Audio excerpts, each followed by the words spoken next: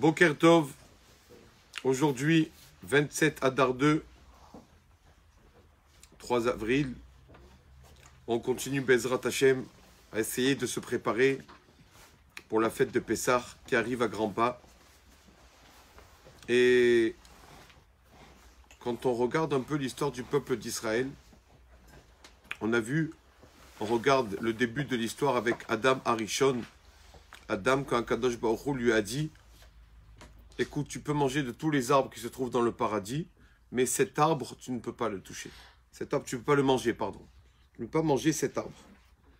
Et donc est venu le serpent, le Nachash, est venu voir Chava Ève et lui a dit: l'arbre que Hachem a interdit à ton mari de le toucher, regarde, on le touche, il n'y a rien. Donc elle a touché, elle a vu en fait qu'il ne se passait rien, il n'y avait rien de mal. Elle dit donc de même que le toucher, il n'y a rien, même le manger, on peut le manger. Et c'est comme ça qu'il a réussi à persuader Ève de manger de ce fruit interdit, cet arbre interdit. Comment a-t-il réussi? Quand il a ajouté. Hachem a dit juste de ne pas manger. Et le serpent, quand il est venu justement essayer de faire trébucher Ève, il lui a dit: non, regarde, on le touche.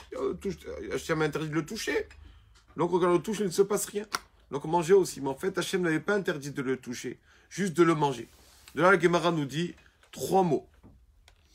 Kola Hamosif, Goria. Celui qui veut trop ajouter des fois, Goria, finalement, il va diminuer. Quand une personne veut faire trop, il tombe. On l'a vu dans la Gemara, Tafasta merubelo tafasta. Quand tu veux trop faire, tu n'arriveras pas. Tafasta moat, commence doucement. Tafasta, tu vas attraper ce que tu vas arriver à faire. Mieux qu'une personne commence doucement, doucement et bien faire que de tout faire d'un coup et de tomber. On a pris ça dans beaucoup de choses. Quand une personne veut trop s'ajouter de choses, il peut, à son niveau, il peut tomber parce qu'il n'est pas encore assez fort pour prendre toutes ces exigences qu'il a envers lui-même. Il y a le Maguide de Douvna qui raconte qu'il y avait 2 voisins. Un qui était un pauvre, un Baruch Hashem qui était aisé, qui était riche, et un autre voisin qui était le pauvre, n'avait pas trop de moyens. Et une fois, donc le pauvre, le voisin pauvre, vient voir le voisin riche et lui dit: écoute, s'il te plaît, j'ai besoin d'une bougie. Tu peux me prêter une bougie? J'ai besoin d'une bougie. Je te prête avec plaisir. Il lui prête la bougie. Le lendemain, il vient et tape à sa porte et voilà, je te rends. Pourquoi tu me rends 2? Moi, je t'ai prêté une. Je sais pas, elle a accouché. La bougie, elle a accouché. 2, elle a accouché la bougie. Il dit: bon, on prend. Ce qu'il y a à prendre, on prend. Donc, il lui prend, il reprend. Il a prêté une, il a reçu 2, pourquoi pas. Il lui demande une chaise un jour. Tu veux me prêter ta chaise? Il dit oui.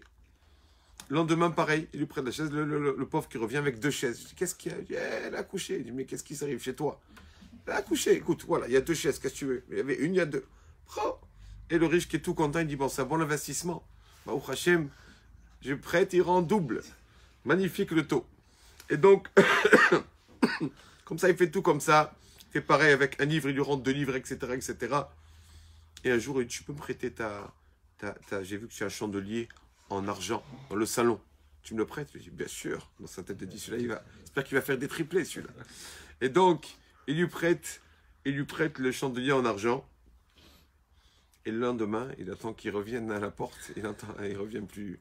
Un jour, 2 jours, il lui dit: ça va, mon chandelier? Alors, je ne veux pas t'attrister. Qu'est-ce qui se passe, dis-moi? Le pauvre, ça y est. Paix à son âme. Quoi, paix à son âme? Il est mort, il est décédé. Ton chandelier en argent est décédé, ça y est, je l'ai enterré et tout. Moi, tu te fous de moi? Est-ce qu'un chandelier peut mourir? Il m'a dit: pourquoi? Pourquoi quand je te dis qu'une chaise, une bougie peut accoucher, tu as cru, tu as pris? Et maintenant que je te dis que ton chandelier est mort, tu ne crois pas? Si tu crois ça aussi, jusqu'à maintenant tu as cru, continue à croire. Le Maguide de Douvna, il dit: c'est pareil. Quand quelqu'un, il ajoute trop, il veut trop faire un double, encore ça, encore ça, encore ça, encore. Finalement, après, ça va diminuer. D'accord? Donc, il faut faire les choses, réfléchir quoi faire et comment faire. Ça, c'est toute l'année. Quand une personne, donc, bien sûr, si quelqu'un a Baruch Hashem un bon niveau, c'est bien d'être exigeant envers lui-même, de s'ajouter des choses. Oui, il faut avoir un certain niveau. Mais maintenant, je parle de Pessah.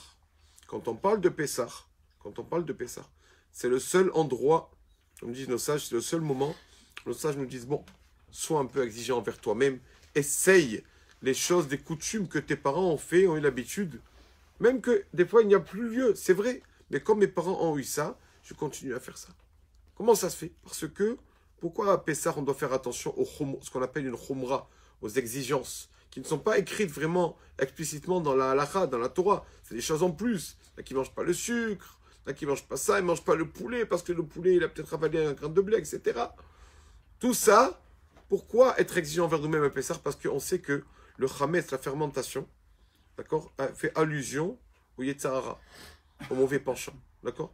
Que dès qu'on met un peu de levure, ça fermente. Pareil, le Yetzirah, on laisse un peu rentrer le mauvais penchant, d'accord, Baruch Hashem, on lui ouvre un peu la porte, ça y est, il se croit chez lui, le Yetzirah. C'est pour ça que justement, comme le Yetzirah est tellement grand et important, le mauvais penchant, et il fait allusion au chametz, donc à Pessah, c'est bien, à Pessah, d'être exigeant envers nous-mêmes. On a l'habitude. C'est vrai, par exemple, si on regarde l'halakha, on a de quoi se baser si on prend un verre en verre. On peut le laver à l'eau froide, d'accord, le rincer et l'utiliser pour un repas de viande. Après, on le rince, après, l'utiliser pour un repas de lait. C'est vrai, on a des avis dans l'halakha qui permettent ça. C'est vrai. Mais à Pessah, on est exigeant envers nous-mêmes. Non, on prend des verres en verre spécialement pour Pessah. Je parle de quelqu'un qui a les moyens, bien sûr, qui a la possibilité. Celui qui n'a pas les moyens, c'est autre chose. Il y a beaucoup de khumrot à Pessah, de choses qu'on nous dit qui ont l'air bizarres, d'accord? Par exemple, on nous dit, il faut un rouge à lèvres spécial pour Pessah. Ah, qu'est-ce qui se passe? Comment ça se fait? Parce que la personne, la femme avec ses lèvres, elle a mangé du chametz. Pour pas, tout ça, c'est des khumrot, des choses qu'on fait, mais c'est des barrières. Pour pas après trébucher dans les choses qui sont un peu plus essentielles. Et donc, comme c'est allusion au Yetzirah, on fait attention à tout ça. Petite chose, bon, on essaie de ne pas le laisser rentrer. Normalement, il faut savoir, tout le monde le sait, quand on fait une mitzvah qui se présente par exemple annuellement, comme les fêtes, tout ça, le kiddush de Pessah, le kiddush de Sukkot, le kiddush de Shavuot, on fait une bracha, une bénédiction qui s'appelle Shechianu. Béni sois-tu Hachem, roi du monde, Shechianu, qui nous a fait vivre, qui nous a fait exister jusqu'à ce moment-là que je peux faire la mitzvah. Une prière Shechianu, c'est quand on a une mitzvah qui arrive de temps en temps, qui a un moment fixe, d'accord? Donc comment ça se fait que sur la bdikat Hametz, quand on va vérifier le Hametz le veille de Pessah au soir, la veille du 14 Nissan, on ne fait pas Shechianu, on ne fait pas cette bénédiction. Pourquoi? On l'avait fait une fois dans l'année. Pourquoi ne pas faire cette bénédiction?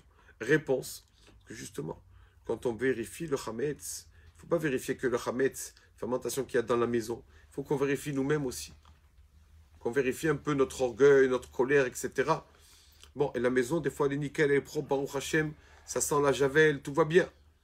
Mais quand on regarde notre Hametz à nous, ce n'est pas nickel du tout. Il y a beaucoup de propreté à faire. Comme le Hametz, donc intérieur de la personne, les mauvaises mœurs, la colère, tout ce qui peut arriver, toutes les mauvaises choses, comme on n'est pas encore propre de tout ça, on n'est pas encore nettoyé, on ne fait pas la bracha. Parce qu'on n'a pas encore enlevé le Hametz complètement. Pas complètement enlevé. Quand on l'aura enlevé, Bezrat Hashem, qu'on sera intact, nickel, on pourra faire Shechianu. Mais le cas n'est pas comme ça.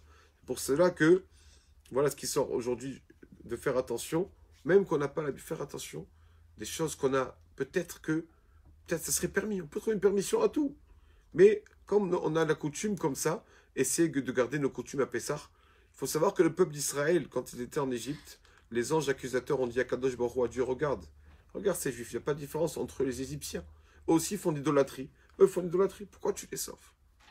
Pourquoi les sortir d'Égypte? Hachem a dit, il faut attention aux petites choses quand même.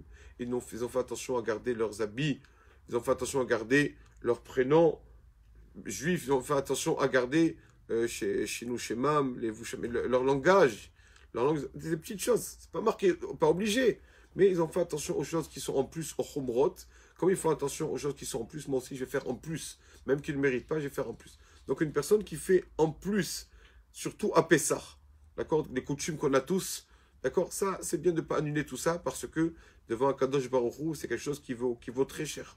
Parce qu'on a été délivré d'Égypte grâce à ça, grâce aux coutumes qu'on a. Quelqu'un il va nous voir, il va se moquer. Pourquoi tu ne manges pas de sucre à Pessah? Mais tu es un peu fatigué. Oui, mes parents ils ont eu la coutume comme ça. Comme avant, dans les sacs de sucre, on prenait que la même pelle que les sacs de blé. Souvent se trouvait du blé dans le sucre. Maintenant il n'y a plus tout ça. Où tu vas? C'est vrai, mais comme mon père a la coutume, continue sa coutume. C'est une petite chose, mais c'est comme des diamants. Ils sont tout petits, mais Baruch Hashem, ça coûte. Pareil, le Hametz, quand on des petites rumrot, des petites exigences envers nous-mêmes, ça vaut le coup de les garder. Baruch Adonai Le'olam. Amen, amen.